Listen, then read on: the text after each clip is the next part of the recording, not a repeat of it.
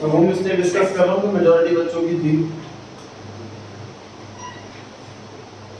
पहला क्वेश्चन जी, A and B are partners. The net divisible profit as per P&L appropriation account.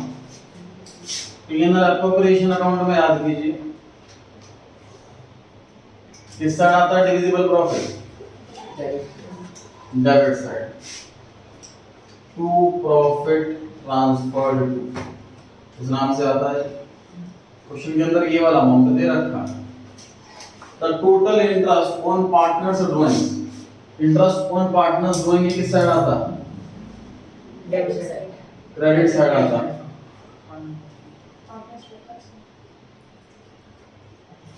By interest on drawings 4000, credit side में दो ही दो item आती हैं बस, नेट प्रॉफिट और इंटरेस्ट ऑन ड्राइंग।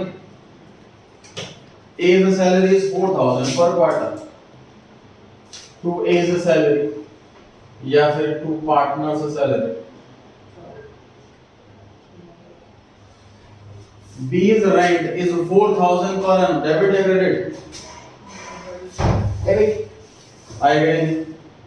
रेंट में आता है। Rent is a charge against profit, ये अप्रोप्रिएशन अकाउंट में नहीं आता, ये P&L अकाउंट में आता, तो हमें रेंट इग्नोर करना। और बाय नेट प्रॉफिट ये हमारा आंसर आ जाएगा। गदर 2,62,000 आ, याद है किसी को? 238 238 था, वो गलत वाला बता रहा हूँ। 262 ये सर 2,62,000 ये प्रॉफिट आ रहा था, क्योंकि क्वेश्चन 1 मार्क का है और सिर्फ ये पूछा नेट प्रॉफिट कैलकुलेट करो, तो जरूरी नहीं है आप टेस्ट में फॉर्मेट बना करके आए, ये जरूरी नहीं है। अब एग्जाम में फॉर्मेट बना करके आए, अब एडलेस कर सकते हैं, ध्यान से चलना है। मतलब आप ऐसे लिख लीजिए divisible profit 2,50,000, add A's salary 16,000 minus interest on drawing 4,000 और ये आंसर आ गया। काफी बच्चों ने इस फॉर्मेट से करा, उनको पूरे मार्क्स मिले। मिस्टेक क्या क्या हुई है? कई बच्चों ने दोनों चीजें ऐड कर दी, जबकि एक आइटम ऐड होनी थी, एक आइटम लेस होनी थी। मेजॉरिटी मिस्टेक जो में सबसे मैक्सिमम मिस्टेक थी वो रेंट लेने की थी, सभी ने रेंट कंसीडर किया हुआ था, ये मैक्सिमम मिस्टेक थी। सर रेंट इसमें दे रखा है तो मतलब कटा नहीं होगा, तभी तो दे रखा है इसमें। नहीं, रेंट तो देखो क्वेश्चन के अंदर हमें डिविजिबल प्रॉफिट दे रखा है 2,50,000। डिविजिबल प्रॉफिट कहते ही उसको है जिसमें से सारे चार्जेस और सारे एप्रोप्रिएशंस माइनस हो गए। तो 2.5 लाख में पक्की बात है कि रेंट ऑलरेडी माइनस हो चुका, लेकिन हमें वहां तक पहुंचना ही नहीं, हमें तो सिर्फ इस वाले प्रॉफिट तक पहुंचना, तो हमें रेंट इग्नोर करना था।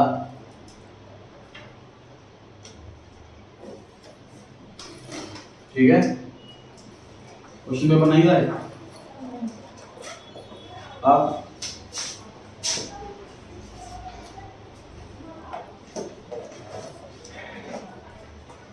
सेकंड क्वेश्चन पे आ जाएंगे।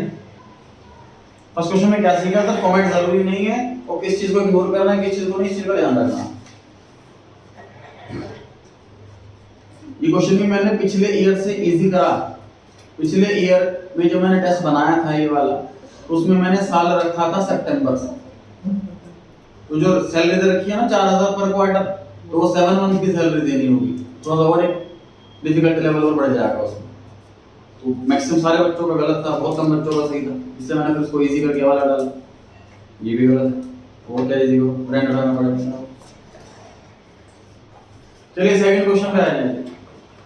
सेकंड क्वेश्चन ऐसे स्टूडेंट्स का भी सही था जो 90% लाते हैं, 80+% लाते हैं, ऐसे भी काफी स्टूडेंट्स का गलत था सेकंड क्वेश्चन। चार्ज पढ़ा ही नहीं उन्होंने, चार्ज वर्ड लिखा हुआ। ये तो सोचो मैं सेम क्वेश्चन दे दूंगा क्या टेस्ट में? जो टेस्ट सीरीज में क्वेश्चन दे रखा था मैंने, उसमें सिर्फ ये चार्ज वर्ड नहीं लिखा था, बाकी पूरा क्वेश्चन सेम था। तो मेजॉरिटी बच्चों ने सोचा कि सेम क्वेश्चन आ गया तो मजे आ गए, सॉल्व करने की जरूरत ही नहीं है, सी ऑप्शन आंसर है, घर से आप करके आए।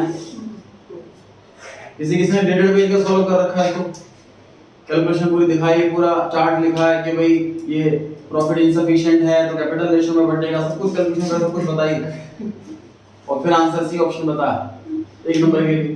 तो वो बच्चे इस चीज का भी ध्यान दें कि हमें 1 मार्क में इतना ज्यादा टाइम नहीं लगाना।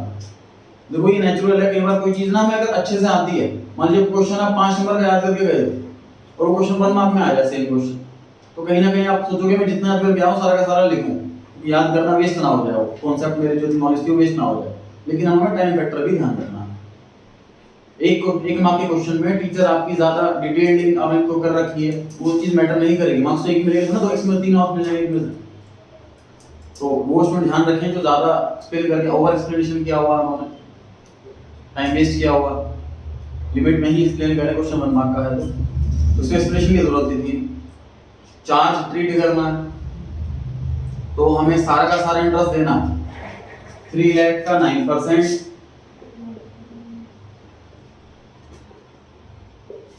27,000, 2 लाख का 9%, 18,000। ऑप्शन नंबर ए आंसर आ गया। ठीक है जी। काफी स्टूडेंट बिल्कुल शॉर्टकट करते हैं, एक स्टूडेंट ने एग्जैक्टली कितना ही कर रखा था,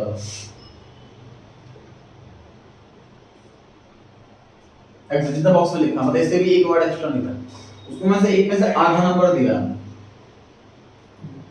देखो कुछ स्टूडेंट ऐसे हैं जो ओवर में प्रेजेंटेशन डाल रहे हैं, कुछ हैं जो अंडर में डाल रहे हैं।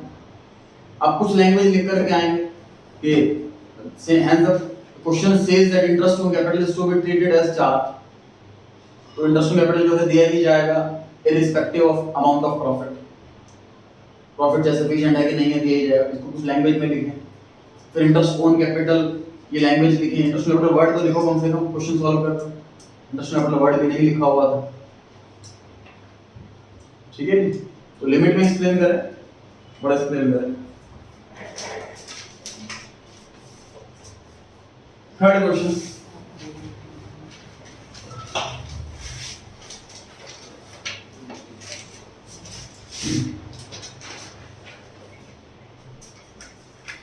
तो लास्ट वाले पर आते हैं, 6 क्वेश्चन। बहुत ही रेयर स्टूडेंट्स का सही था। देखो फुल फ्लैश वाला क्वेश्चन 8 नंबर का कंफर्म लाना है, आपको पहले से ही पता है। इसकी प्रैक्टिस तो जोरदार होनी चाहिए। अगेन जो जर्नलिज्म वाला पॉइंट था, मैं फिर वही बात बोलूंगा कि लास्ट ईयर भी बहुत बच्चों का गलत था, इसीलिए मैंने टेस्ट से पहले फ्राइडे को ही इसको क्लास में एक्सप्लेन कर दिया था पूरा कि प्रोविजन को कैसे ट्रीट करना है, जर्नलिज्म कैसे ट्रीट करना है। 6 क्वेश्चन पढ़ रहे हैं जी। एबीसी 3 पार्टनर है, 3:1 की रेशियो है। देखो बैलेंस शीट में कितनी आइटम ऐसी दे रखी हैं जिसे बिना कहे एडजस्ट करना है। एसेट साइड में पहली आइटम गुडविल, लायबिलिटी साइड में सेकंड आइटम जर्नलिज्म। ये 2 आइटम ऐसी हैं जिसे बिना कहे एडजस्ट करना होता है। बी रिटायर हो रहा है फॉर्म में और ए और सी बचे। इसमें भी गलती कर देते हैं बच्चे, क्योंकि किसने सी को रिटायर किया हुआ था। तो ध्यान दें मुझे रिटायर कौन हो रहा। पॉइंट नंबर 5 में लिखा है कि पॉइंट नंबर 5 के बाद लिखा है कि बी को मोटर बाइक दे दी, किसने सी को मोटर बाइक दे रखी थी। ऐसी गड़बड़ ना करें। हाँ जी, बी रिटायर हो रहा फॉर्म से। ए और सी की फ्यूचर रेशियो जो है वो 5:4 है, न्यू रेशियो दे रखी है। तो हमें ओल्ड और न्यू की हेल्प से गेनिंग रेशियो निकालनी होगी। पहला पॉइंट में गुडविल दे रखी है, गुडविल की वैल्यू 1,80,000 रुपए में, चोनी 1,80,000 पूरा बांटा हुआ था। अरे बी रिटायर हो रहा है तो उसको पूरे 1,00,000 दे दोगे क्या? सारी गुडविल उसी की है। बी का शेयर 3/6 है, तो 1,80,000 का 3/6 जितना बनेगा उतने पैसे देंगे उसको। इस चीज का ध्यान रखें, इसके कितने पैसे बनते हैं, सारे पैसे नहीं देने। सेकंड पॉइंट में land and building was found under valued, कितने बार डिस्कस हो चुका है। देखो अंडर वैल्यूड ओवर वैल्यूड का पॉइंट पैसे पहले भी डिस्कस किया था, अंडर वैल्यूड ओवर वैल्यूड का point.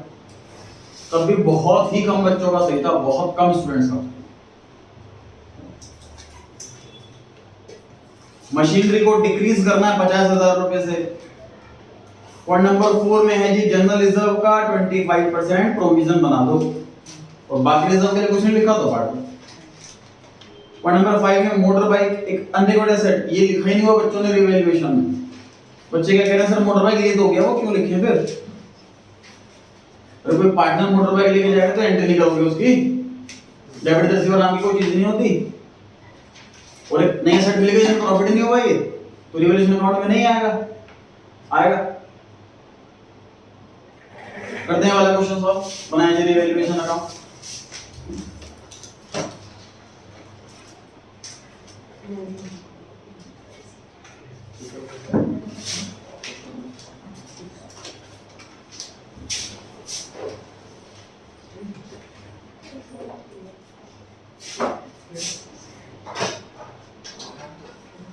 Revaluation account, partners capital account और बैलेंस शीट।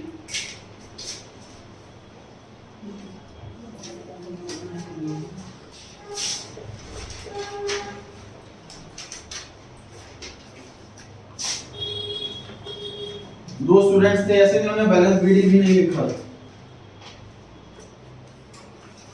और दो स्टूडेंट ऐसे थे जिन्होंने सिर्फ बैलेंस बीडी लिखा हुआ।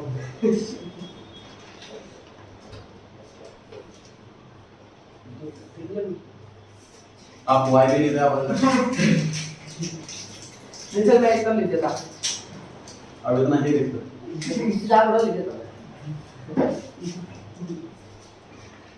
गुरु भी सही करता है, वैसे नहीं करता, पढ़ाता पढ़ाई देखो। पॉइंट नंबर 2 से स्टार्ट कर रहे हैं जी। Land and building was found under valued, पर हमें पता लगा कि इसकी वैल्यू कम लिखी हुई है, अब वैल्यू बढ़ानी है। वैल्यू कम लिखी हुई है, अंडर वैल्यू का मतलब कि वैल्यू कम लिखी हुई है, अब इसकी वैल्यू ठीक करनी है, मतलब वैल्यू बढ़ानी है।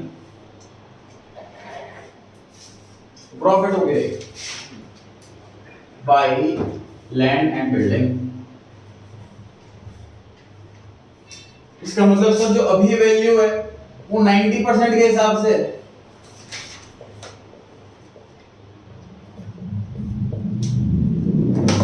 was found under valued मतलब इसकी वैल्यू जब हमने देखा, हमने पाया इसकी वैल्यू 10% कम लिखी हुई है, और लिखी हुई है 4,50,000, मतलब 90% वैल्यू है, डिवाइड बाय 90 into 10।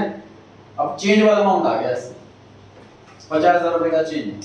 पुरानी वैल्यू 4,50,000 इंक्रीज करना है, हमें ठीक करना है 50,000 बढ़ा करके, तो नई वाली वैल्यू कितनी हो गई? 5 लाख। लैंड एंड बिल्डिंग की न्यू वैल्यू हो गई जी 5 लाख।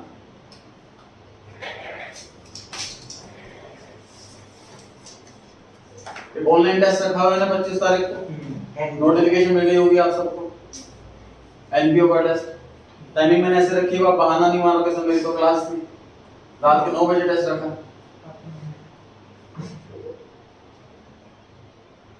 तो उसमें टेस्ट मतलब कैसे होगा? एमसीक्यू, एमसीक्यू लगभग 15 क्वेश्चन है लगभग, और आपको हिंट एंड रिजल्ट मिलेगा।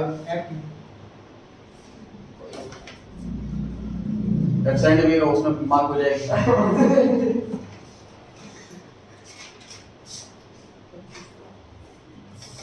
और टेस्ट सीरीज 4 पोस्टपोन कर दिया गया है 1 वीक, 28 मार्च को की होली है, छोटी होली, तो उससे 28 मार्च को ऑफ करके 4 अप्रैल को रखा गया टेस्ट सीरीज 4। ठीक, ये मैंने इसमें ऐप में अपडेट कर दिया, आपको नोटिफिकेशन दिख जाएगी। उसमें परसों ऑफ है ना? हाँ परसों।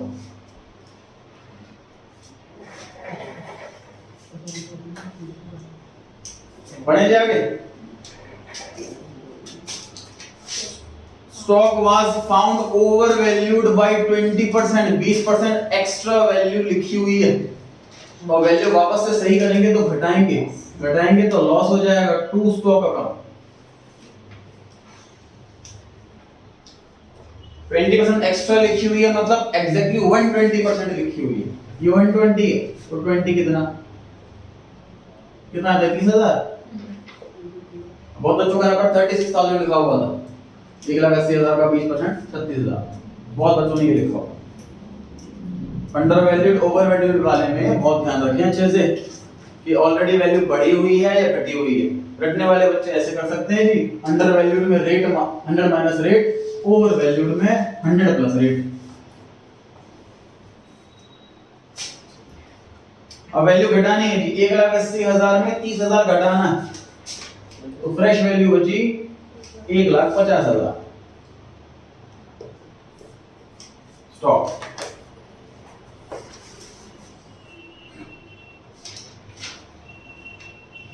पॉइंट नंबर 3 तो सभी का सही था, बिल्कुल आसान से लिखा हुआ था।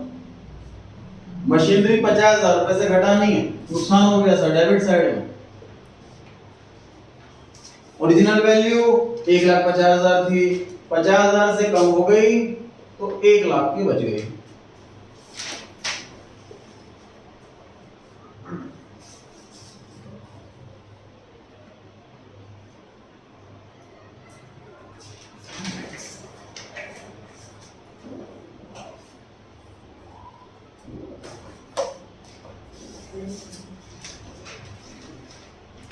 Point number 4, 25% of the general reserve was to be kept as provision। General reserve दे रखा है सर 60,000, इसका 25% होगा 15,000, 15,000, तो 15,000 का प्रोविजन बनाना।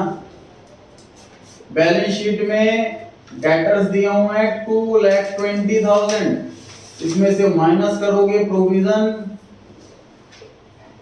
तो ये बचेगा ऑर्डर कॉलम। जनरल रिजर्व से हमने प्रोविजन बना दिया 60,000 का 25% 15,000। जनरल रिजर्व कितना बचा?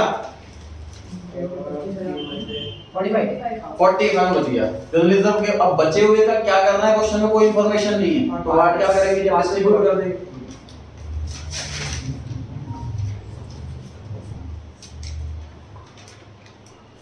एक दो स्टूडेंट ने जनरल रिजर्व डेबिट साइड में डिस्ट्रीब्यूट किया हुआ था, माइंड में अगर आपकी एंट्री होगी तो गलती नहीं करोगे आप। जनरल रिजर्व डेबिट हो रहा है, देखिए जनरल रिजर्व डेबिट पूरे 60 से, टू प्रोविजन 15, फिर टू पार्टनर्स कैपिटल 45, ये एंट्री हो रही है, तो पार्टनर्स कैपिटल अकाउंट क्रेडिट हो रहा है, क्रेडिट साइड में लिखा जाएगा।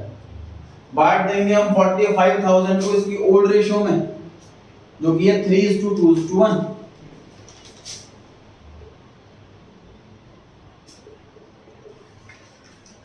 यही आ रहा है? यस।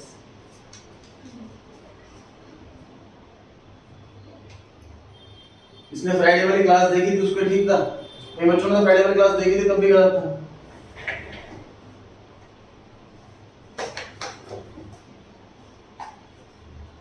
फिफ्थ पॉइंट पर आ गए। Motor bike value 20,000 was unrecord in the book, तो फायदा हो गया सर ये बाई मोटर बाइक। अब ये वाला पॉइंट बहुत ही कम बच्चों ने लिखा हुआ था, बाई मोटर, बहुत ही कम बच्चों ने लिखा हुआ था। एक नई एसेट मिल गई हमें, एक अनरिकॉर्ड एसेट मिल गई है, तो प्रॉफिट हो गया कंपनी को। प्रॉफिटेबल कॉन्ट्रैक्ट साइड में आएगा, एसेट इंक्रीज डेबिट होता है। एंट्री बताना क्या होगी इसकी? मोटर बाइक डेबिट हो वैल्यूएशन।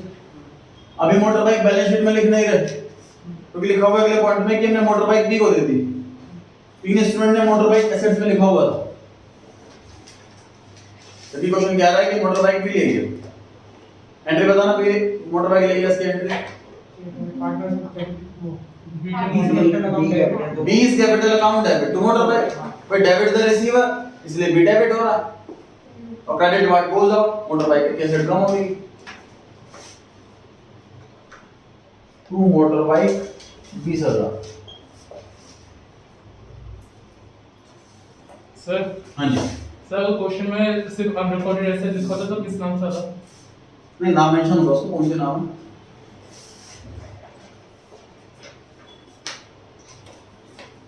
है। एसेट साइड में गुडविल दी है जी 60,000 रुपए, गुडविल का डेबिट बैलेंस है। इसे खत्म करने के लिए क्रेडिट करेंगे, क्या एंट्री बनी? Partners capital account debit to goodwill. देखो हमने अमाउंट कितना अच्छा सा दे रखा, कितनी आसानी होगी कैलकुलेट करने में। देखो जो पॉइंट्स कॉमन है, जो बार बार रिपीट हो रहे हैं, जो कई चैप्टर्स में आ रहे हैं, उसमें तो बहुत बहुत ज्यादा अच्छी कमांड रखनी चाहिए आपको। जैसे गुडविल वाला पॉइंट हो गया, या रिवैल्यूएशन अकाउंट की एडजस्टमेंट्स हो गई, ये पॉइंट में तो बहुत ज्यादा अच्छी कमांड रखनी है, क्योंकि लगभग हर क्वेश्चन में और 3-4 चैप्टरों में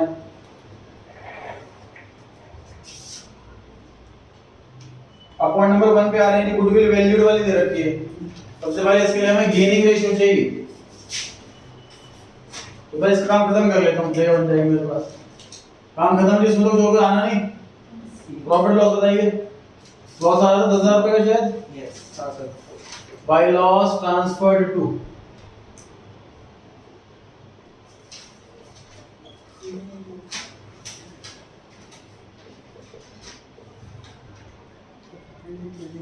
ये आ रहा है, देखो। नहीं ये नहीं आ रहा। नहीं, बी का आ रहा है 3.32 और यहाँ पर 1666 यहाँ पे डेसिमल के बाद 6 था, उसने बढ़ा दिया। डेसिमल के बाद 3 था, उसने ऐड कर दिया।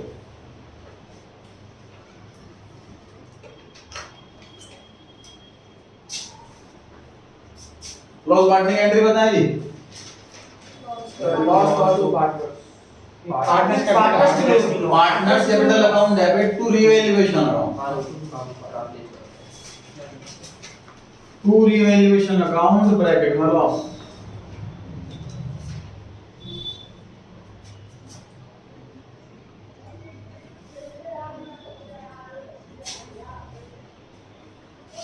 बैलेंस शीट में गुडविल दे रखी थी, राइट ऑफ हो गई। बैलेंस शीट में रिजर्व दे रखा था, बढ़ गया।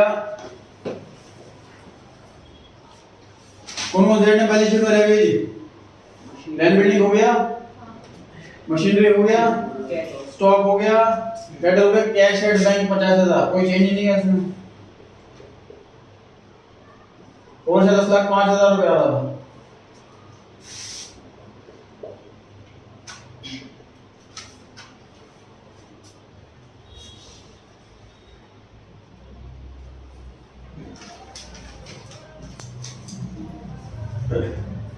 लायबिलिटी साइड की बात करते हैं सर। सन्ड्री क्रेडिटर्स में कोई चेंज नहीं है, एज इट इज लिख देंगे। कैपिटल सिर्फ दो लोगों की आनी है, ए और सी, और बी का आना है लोन। कैपिटल आनी है ए और सी की, और लोन आना है बी का।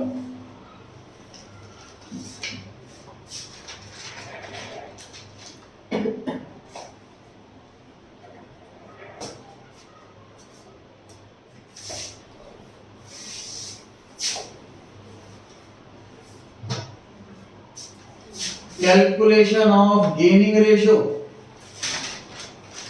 कैसे निकालते हैं? फॉर्मूला बताओ। न्यू माइनस ओल्ड, ए और सी। ए का न्यू बताएं 5/9, ओल्ड बताएं 3/6। सी का न्यू बताएं 4/9, ओल्ड बताएं 1/6। 18 एलसीएम आ गया जी।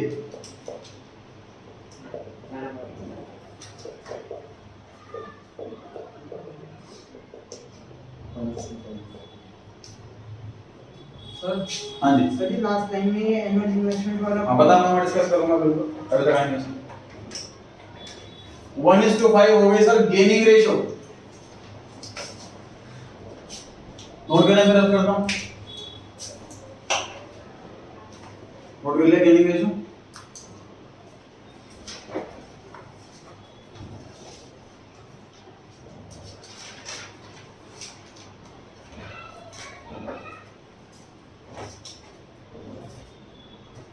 नोट कर लिया, इसको रख दो गेनिंग रेशियो। तो जो गुडविल वैल्यूड वाली गुडविल होती है, जो एडजस्टमेंट में दे रखी होती है, उसके अंदर क्या होती है बताइए? Gaining to sacrifice. Gaining partner कौन है? ए और सी गेनिंग पार्टनर है। ये अभी हमने रेशियो सॉल्व करा है। और रिटायरिंग पार्टनर हमेशा सैक्रिफाइसिंग पार्टनर होगा। बी 1,80,000 पूरे फॉर्म की गुडविल है, सारे पैसे नहीं देने इसको। इसका शेयर 2/6 था, इतने पैसे ही देने हैं। कितना आ गया? 60,000। अब 60,000 जो ए और सी ने मिलकर के देने हैं, कौन से रेशियो में देने हैं? 1:5, मतलब 1/6 और 5/6। ये आ गया 50,000 सी देगा, और 10,000 ए देगा। जो ज्यादा गेन कर रहा है वो ज्यादा पेमेंट करनी पड़ेगी उसको, जो कम गेन कर रहा है उसे कम पेमेंट करनी होगी।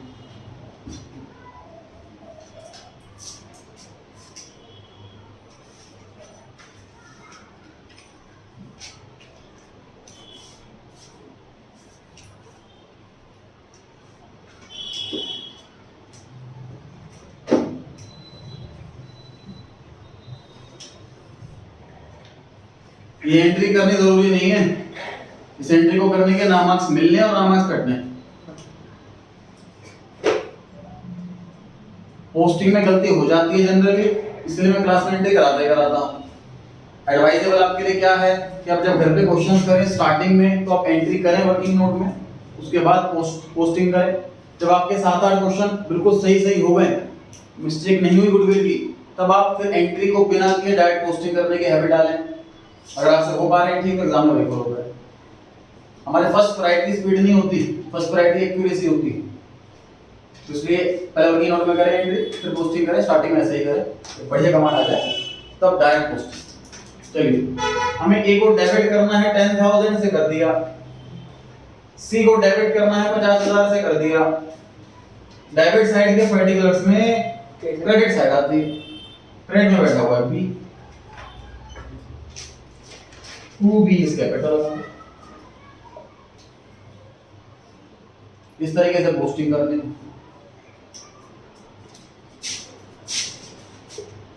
बी के अकाउंट में 10,000 रुपए ए ने दिए, 50,000 रुपए सी ने दिए, टोटल 60,000 रुपए आ गए बी के पास।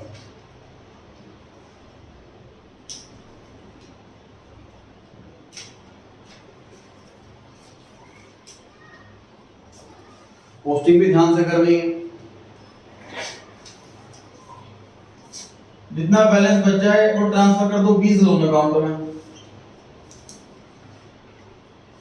जितना भी बी का बैलेंस बच जाए वो ट्रांसफर कर दीजिए बी के लोन अकाउंट में। कितना आ रहा है बैलेंस? 351,667 351,667।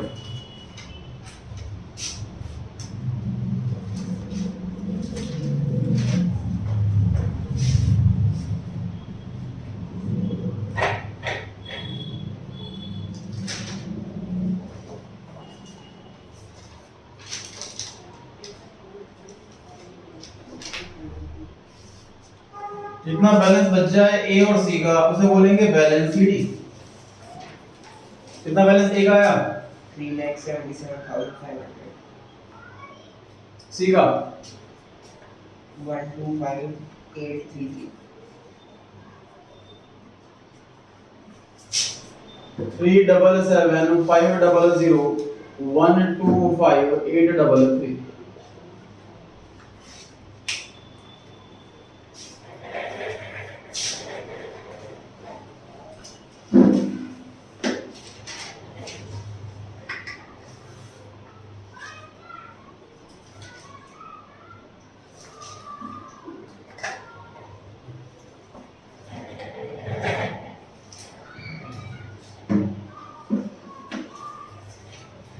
कुछ मैं ये नहीं कहूंगा कि बिल्कुल बेसिक क्वेश्चन था, बहुत ज्यादा इजी क्वेश्चन था। तो बेसिक क्वेश्चन क्यों दूंगा मैं? तीसरी टेस्ट सीरीज है, पढ़ चुके हैं, रिवाइज कर चुके हैं, उसके बाद में बेसिक क्वेश्चन दूंगा तो फिर बोर्ड की प्रिपरेशन कहां से होगी? तो लेवल इंक्रीज हो गई। लेकिन 2 दिन पहले सारे एडिशनल डिस्कस हो चुकी है।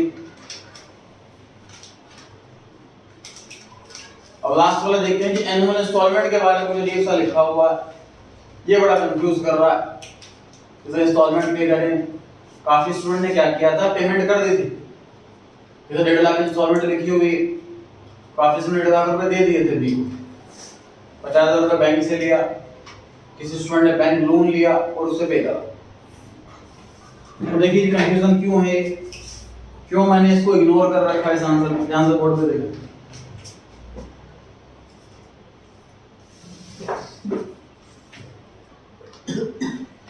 Loan taken from bank 10 lakh. बताना इसकी जनरल एंट्री क्या होगी? 10 लाख रुपए का 11th क्लास का आ गया, 10 लाख रुपए का लोन लिया। इसकी एंट्री होगी बैंक अकाउंट डेबिट, तो बैंक लोन ये एंट्री होगी। दूसरा क्वेश्चन तुम्हें, loan taken from bank 10 lakh against security of building. Building को सिक्योरिटी पे दे करके हमने बैंक से लोन लिया होगा। सेम एंट्री रहेगी इसकी भी, bank account debit to bank लो, क्योंकि सिक्योरिटी पे कुछ देना ये नॉन कैश ट्रांजैक्शन होती है। समझ आ गई बात? आगे सुनिए, 10 लाख रुपए का बैंक से लोन लिया है सर, और रीपेमेंट करनी है हमें annually 1 lakh with interest. 10 lakh रुपए जो लोन लिया है, ये लोन चुकाना है हमें हर साल 1 लाख रुपए, मतलब 10 इयर्स में लोन खत्म हो जाएगा और इंटरेस्ट के साथ चुकाएंगे, ये भी लिखा हुआ। अब लोन लेने की एंट्री क्या होगी? सेम ही तो रहेगी। सोच के देखो ये बात कि सर मैं लोन 10 लाख रुपए का आज ले रहा हूं, तो पक्की बात है रीपेमेंट कभी ना कभी तो होगी, चाहे एनुअल हो, चाहे 5 साल बाद हो, चाहे 20 साल बाद हो, रीपेमेंट कभी ना कभी तो होगी। लेकिन रीपेमेंट के स्केड्यूल से मेरी लोन लेने की एंट्री क्यों बदलेगी?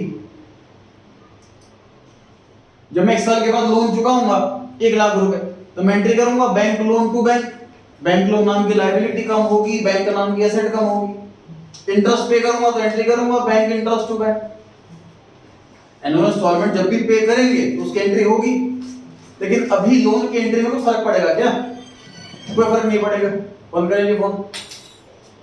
अभी लोन लेने की एंट्री में कोई फर्क नहीं पड़ेगा, चाहे रीपेमेंट का स्केड्यूल एनुअल हो, चाहे मंथली हो, चाहे क्वार्टरली हो, चाहे लमसम पेमेंट 5 साल का सवाल इकट्ठे दे। इस चीज को समझना। इस क्वेश्चन में इतनी सी बात सिंपल सी बोली थी कि सर बी के पेमेंट इतनी रिटायरमेंट ले रहा है फॉर्म से, तो फॉर्म में अभी पैसा है नहीं हमारे पास, सिर्फ 50,000 रुपए रखे हुए हैं, और उसको दिन तो बिजनेस कहां से करेंगे? थोड़ा बहुत पैसा हमें बिजनेस के लिए भी चाहिए।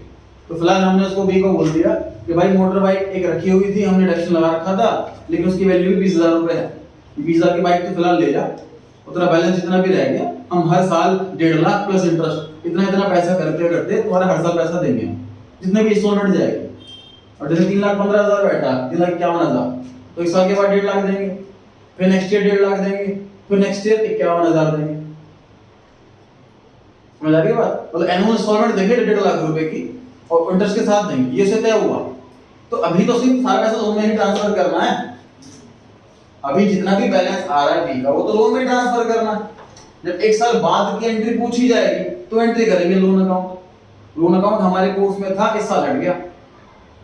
ऐसा क्वेश्चन पता है पूरा क्वेश्चन क्या होता था? Prepare revolution account, partners capital account, balance sheet and बीज लोन अकाउंट। 4 चीजें मांगी होती थी।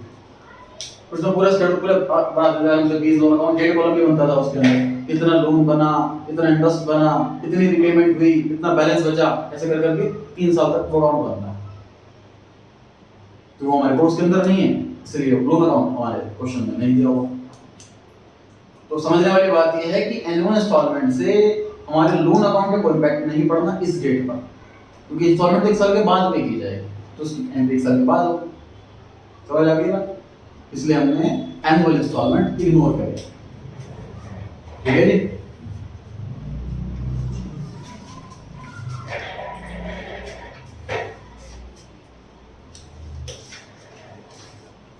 फिफ्थ क्वेश्चन जो गारंटी वाला क्वेश्चन है,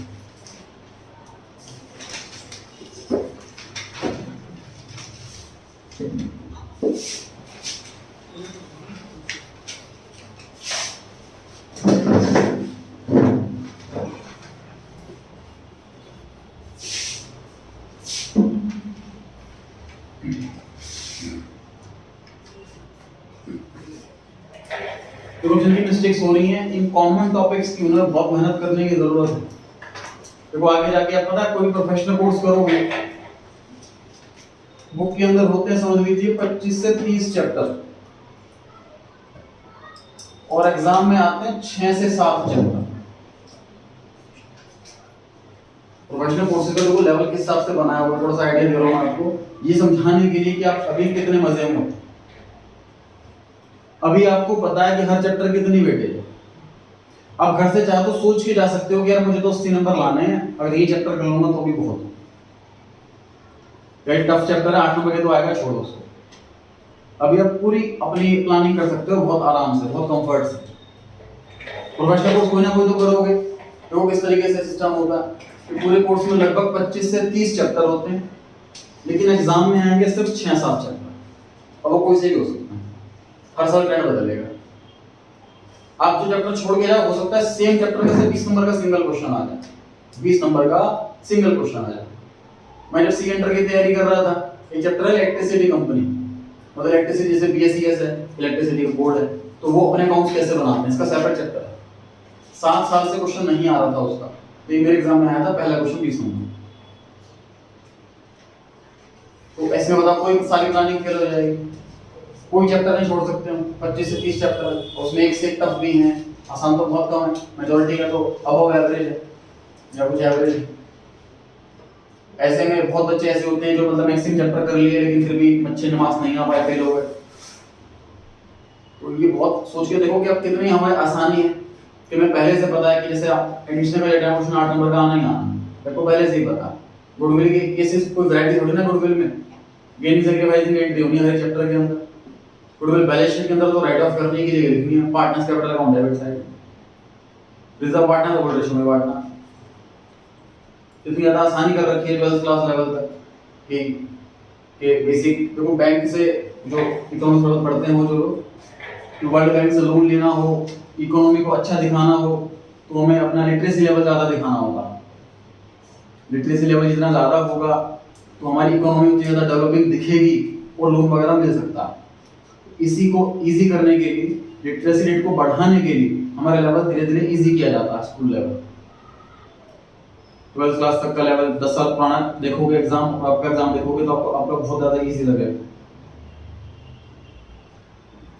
टीचर्स को बोला जाता है स्कूल में कि आप बच्चों को पास करो, चाहे वो नहीं है, लूज मार्किंग करो। तो ये बहुत ज़्यादा इजी सिस्टम चल रहा है। उसमें भी आप जो है जैसे गारंटी टॉपिक ही हो गया, मैं बोलते चैप्टर 1 में गारंटी और पास एडजस्टमेंट, इन दो में से लगभग एक टॉपिक मतलब हर साल आता ही आता है। और गारंटी का जो क्वेश्चन दिया था कोई बहुत टफ क्वेश्चन दे रखा है, 3 से 4 क्वेश्चन करवाए जा चुके हैं इसके।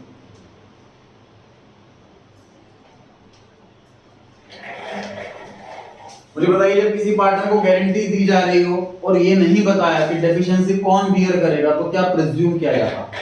दोनों पार्टनर्स, रिमेनिंग दोनों पार्टनर्स बियर करेंगे। कौन सी रेशो? गलत, और रेशियो, ओल्ड रेशो। देखिए, इक्वल का कॉन्सेप्ट सिर्फ और सिर्फ तभी अप्लाई होता है जब ओल्ड रेशो मिसिंग हो। हमारी हैबिट हो जाती है सर कुछ भी ना दे रखा हो तो इक्वल, सैक्रिफाइसिंग नहीं दे रेशो दे रखी तो इक्वल, ऐसा थोड़ी ना होता। हमेशा जब भी रेशो मानोगे आप, किसी भी चीज की रेशो नहीं दे रखी तो ओल्ड रेशो को ही प्रिज्यूम किया जाता, वही सैक्रिफाइसिंग है। चैप्टर एडमिशन में भी यही करते हैं, याद कीजिए। एडमिशन चैप्टर में लिखा हुआ मान लीजिए कि ए और बी की ओल्ड रेशो 3:2 है और नया पार्टनर आता है मिस्टर सी 1/6 शेयर के लिए, सैक्रिफाइसिंग रेशो क्या मानोगे? ये तो मानोगे 3:2, अब थोड़ा इक्वल मानी तो सैक्रिफाइसिंग रेशो वाले बातें तो डेफिशिएंसी में इक्वल नहीं माननी। कुछ बच्चों ने इक्वल मान करके आधा आधा बांटे भी डेफिशिएंसी, कुछ ना बोला हो तो ओल्ड रेशो ही सैक्रिफाइसिंग रेशो है।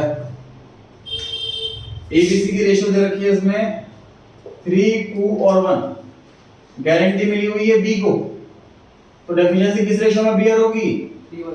3:1। 3/4 ए बियर करेगा और 1/4 सी बियर करेगा, ऐसा करना था बिना कहे क्वेश्चन के।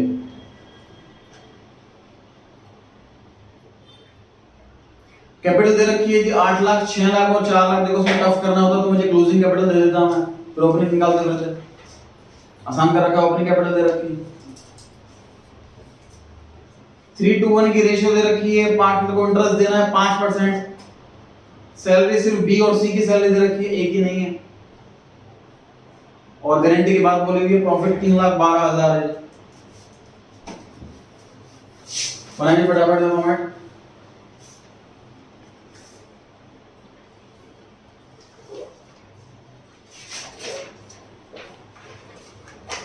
Bye net profit 3,12,000।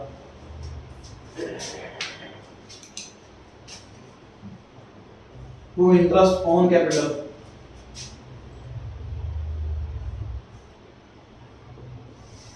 कैपिटल दे रखी है 8 लाख, 6 लाख, 4 लाख। रेट दिया हुआ 5%।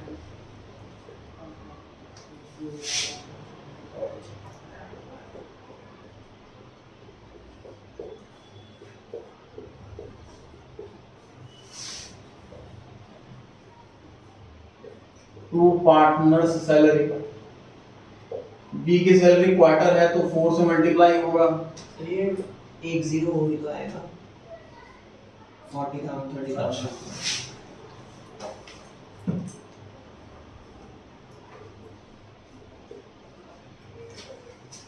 सी की सैलरी पर मंथ है तो 12 से मल्टीप्लाई होगा।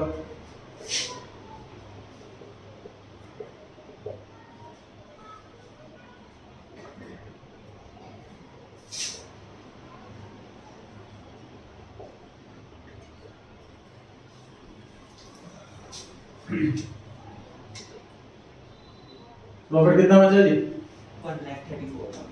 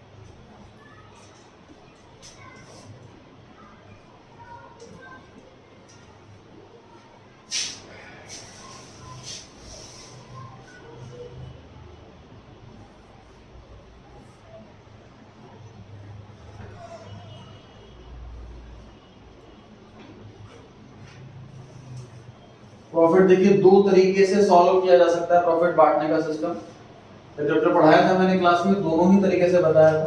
अब फिर दोनों ही तरीके से बताऊंगा, ध्यान से देखिए। यहाँ पे तो हमने बेसिक कैलकुलेशन करी है सर, सिर्फ इंटरेस्ट ऑन कैपिटल कैलकुलेट करा है और पार्टनर सैलरी। अब देखिए प्रॉफिट बांट रहे हैं, नोटिंग नहीं करेंगे, सिर्फ बोर्ड पे देखते हैं, समझते हैं अच्छे से।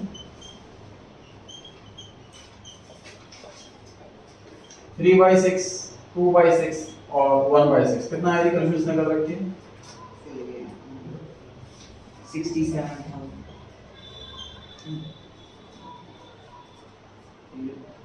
इसका आएगा 44,666। इसका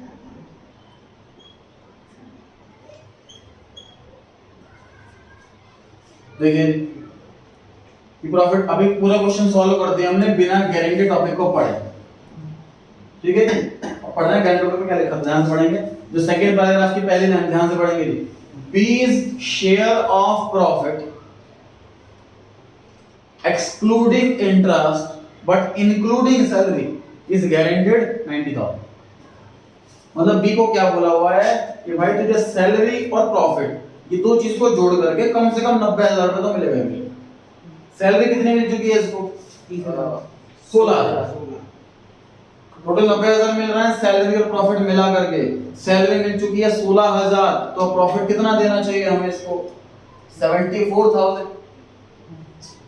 टोटल 90,000 रुपए देने हैं, सैलरी प्रॉफिट मिला करके।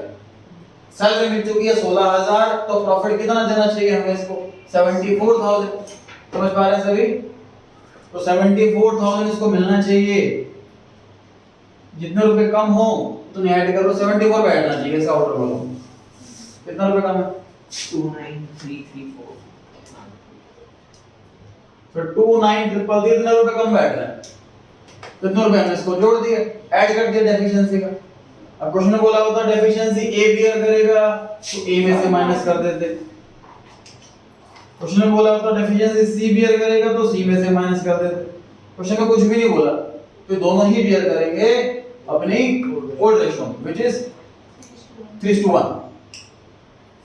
तो 29,333 का 3/4, 29,333 का मतलब यहाँ कितना है? 7,333। यहाँ कितना है? 22,000। आउटर कॉलम में 15,000। टोटल इन तीनों का यही आना चाहिए। अभी अब देखो बी को अल्टीमेटली 74 यहाँ मिल गए, 16 यहाँ मिल गए, 90,000 पूरा हो गया इसके। डेफिशिएंसी जो इतनी थी इसने भी करी 3/4 से 1/4। ये इसका फाइनल आंसर था। नोट करें, ये वाला काम कराऊंगा दूसरे तरीके से। नोट कर लें इसको। तो जब आप घर में प्रैक्टिस करेंगे तो आपको पता लग जाएगा कि हाँ इस क्वेश्चन के अंदर सारा काम डेबिट साइड में है, क्रेडिट साइड में बहुत कम काम है, तो ऑटोमेटिक एग्जाम में भी छोटा नंबर बनाओगे क्रेडिट साइड और डेबिट में ज़्यादा स्पेस बनाओगे। इसकी प्रैक्टिस कम होती है, वही हर एक फॉर्मेट इक्वल स्पेस से बनाओगे क्योंकि उसे पता ही नहीं कि ज़्यादा काम करना है।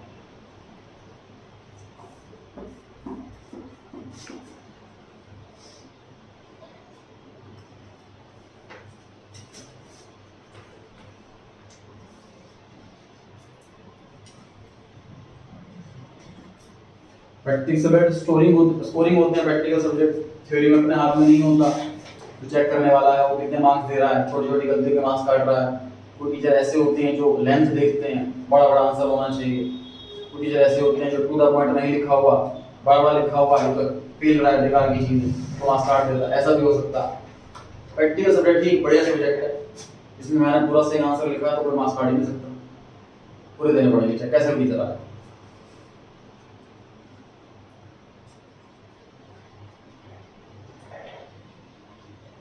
अकाउंट सब्जेक्ट ऐसा है कॉमर्स में जो हर एक फील्ड में है, कोई भी कोर्स करोगे आप 12th क्लास के बाद अकाउंट हर फील्ड में, बीबीए हो, बीकॉम हो, प्रोफेशनल कोर्स हो, सीए, सीएससी में हो। और कर लिया सबने? चलिए दोबारा करते हैं वाले का ध्यान से कैसे करेंगे। तो इस क्वेश्चन में स्पेसिफिकली नहीं बता रखा कि डेफिशिएंसी कौन बियर करेगा। इसको नाम दिया था मैंने जिद्दी बच्चे वाला क्वेश्चन। मतलब सर ये वाला पार्टनर है, मुझे इतना रुपए तो चाहिए ही चाहिए, तो पहले इसको जितने पैसे मांगते हैं पैसे दे दो। ये इसने कहा था मैं टोटल 90,000 रुपए चाहिए मुझे सैलरी मिला करके, सैलरी प्रॉफिट मिला करके इसको 90,000 रुपए चाहिए।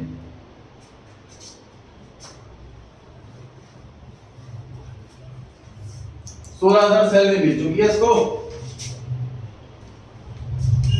तो बैलेंस रह गया 74 दे दो उसको। टोटल 90,000 रुपए देने थे, सैलरी दे चुकी है 16, तो बचा 74 दे दो उसको। टोटल प्रॉफिट है हमारे पास 134, इसमें से बी को दे दिया हमने 74, तो कितना प्रॉफिट बचा? कितना? 60,000 बचा हुआ प्रॉफिट बचे हुए पार्टनर्स में इनकी बची हुई रेशियो में बांट दो। खत्म। इतनी आसानी से भी हो सकता।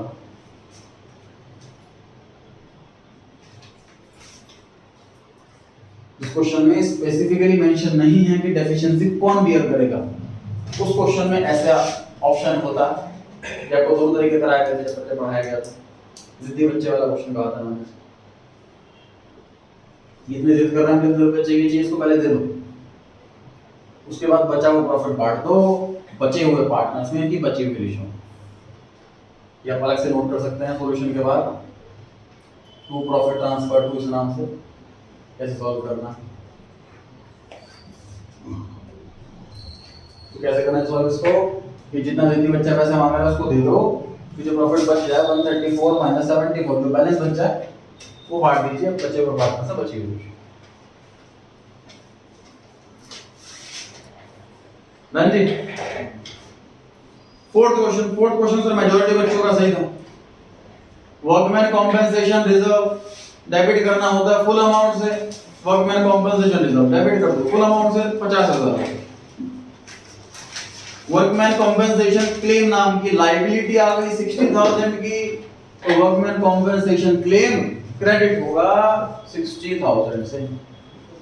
अब क्लेम ज्यादा, लायबिलिटी बढ़ गई, डेबिट में जो खाली जगह वहां पे क्या लिखेंगे? Revaluation. Workman compensation reserve debit 50,000। Reserve में तो गांठ बांध दो कि रिजर्व जितना अमाउंट दे रखा है एग्जैक्ट उतना अमाउंट से डेबिट होना, या कोई भी केस आ जाए तो जितने की लायबिलिटी होगी उतने से क्रेडिट होगा। अब ऐसे केस में एक फॉर्मूला बना सकते हो कि रिजर्व फुल अमाउंट से डेबिट, क्लेम का क्लेम वाला अमाउंट डेबिट, अगर बैलेंसिंग फिगर डेबिट में आ रही है तो रिवैल्यूएशन, बैलेंसिंग फिगर क्रेडिट में आ रही है तो पार्टनर्स डेबिट। तो बैलेंस क्रेडिट में आने का मतलब पता है क्या है? कि रिजर्व ज्यादा रिजर्व तो बढ़ जाएगा पार्टनर्स में। अगर बैलेंस डेबिट में आ रहा है इसका मतलब क्लेम ज्यादा, लायबिलिटी बढ़ गई, लायबिलिटी लॉस होता है, रिवैल्यूएशन अकाउंट है। इसको वाले क्वेश्चन में भी ज्यादा था, तो बैलेंसिंग फिगर डेबिट साइड में आ रही है, इसलिए रिवैल्यूएशन अकाउंट डेबिट होगा 10,000 रुपए से। ये वाला नहीं आएगा इस वाले क्वेश्चन।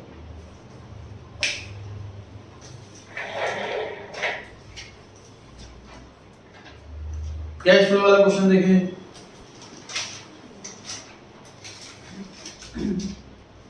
सरप्लस मैंने थोड़ा सा एक प्लस एक पॉजिटिव एक नेगेटिव दे रखा था, लेकिन मेजॉरिटी ने बहुत अच्छे से करा, एक दो बच्चों का ही गलत था, मेजॉरिटी का सही था, बहुत बढ़िया बात। ये सर पहले तो 89,000 का लॉस था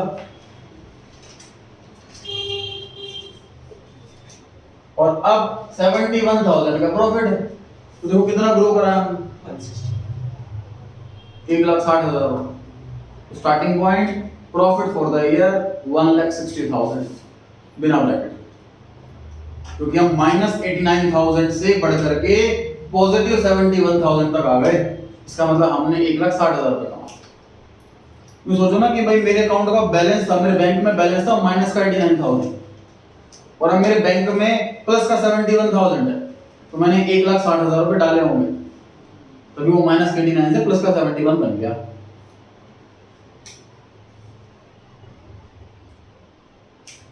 एक स्टूडेंट इसको माइनस कर रखा था, 71 तो गलत लिखा था।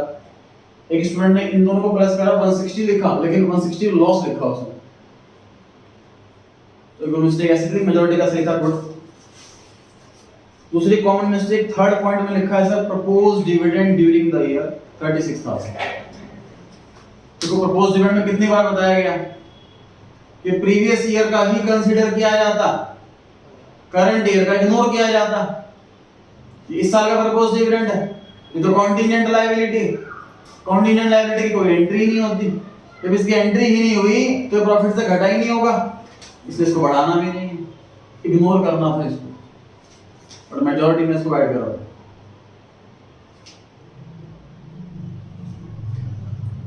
Second point income tax 23,000 was paid. ये समझ नहीं आया मुझे, दो तीन स्टूडेंट ने इग्नोर किया हुआ था, पता नहीं क्यों इग्नोर किया हुआ था, बहुत इजी था। सर इनकम टैक्स जहां भी दिखे आपको सबसे पहले ऐड करना है, सबसे लास्ट में लेस करना।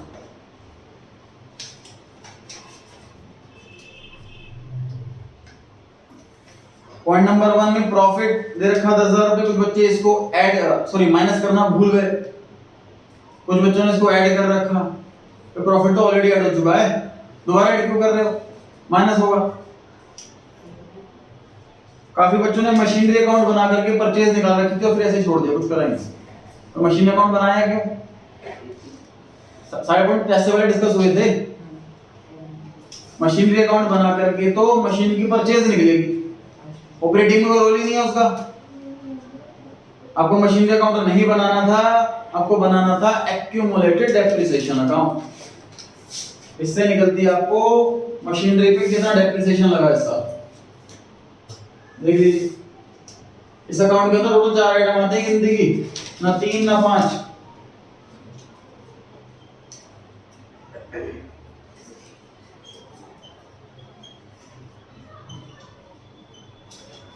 बीडी इधर, सीडी इधर, करंट ईयर का टैब इधर और एसेट सोल्ड वाला टैब इधर, टोटल 4 आइटम आने।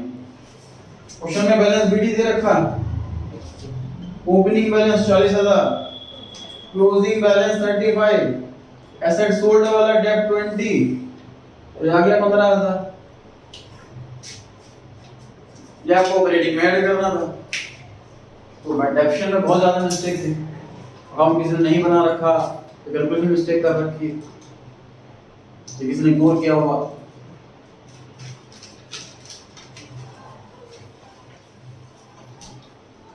बैंक ओवरड्राफ्ट ये करंट लायबिलिटी के अंदर पहली सब हेडिंग शॉर्ट टर्म बोरोइंग्स में आता है, तो ये फाइनेंसिंग एक्टिविटी का पार्ट है, इसे इग्नोर करना था,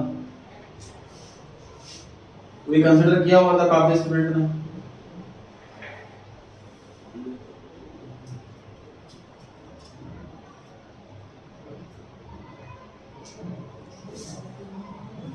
गुडविल इग्नोर कर रखी थी काफी बच्चों ने, 27,000 लास्ट ईयर थी और इस साल 17,000, 10,000 से गुडविल की वैल्यू कम हो गई, गुडविल राइट ऑफ करिए, इसका मतलब अमोर्टाइज करिए, प्रॉफिट घटा हुआ है, इसकी वजह से बढ़ाएंगे, ऐड करेंगे इसको ऐड नहीं कर रखा था काफी स्टूडेंट ने, ये मिस्टेक थी, ऐड करना था।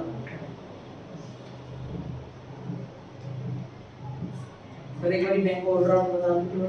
बैंक ओवरड्राफ्ट करंट लायबिलिटी की पहली सब हेडिंग शॉर्ट टर्म बोरोइंग में आता है। फाइनेंसिंग एक्टिविटी में क्या क्या आता है, एसएफ, एनसीएल और सीएल का शॉर्ट टर्म बोरोइंग, तो फाइनेंसिंग एक्टिविटी है। इसको हम फाइनेंसिंग एक्टिविटी मांगा होता तो उसमें लिखते proceeds from bank overdraft 1000। Sir आपने कहा था कि ऑपरेटिंग में सिर्फ वही आती है जो मतलब जो ऑपरेटिंग नहीं होती उसके अलावा लिखते हैं।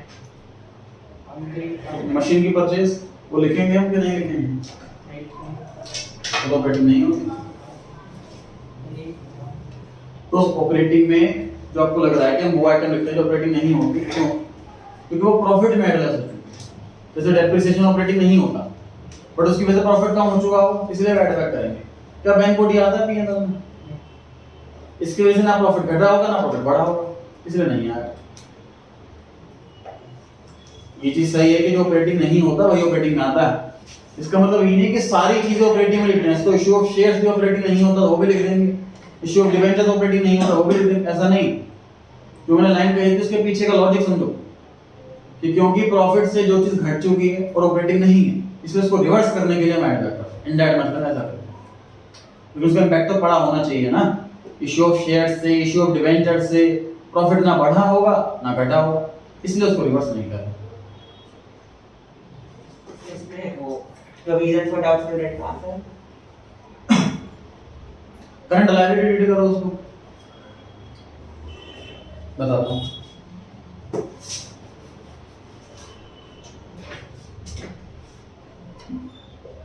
Debtor less provision 2020 2019 50,000 10,000 35,000 4,000।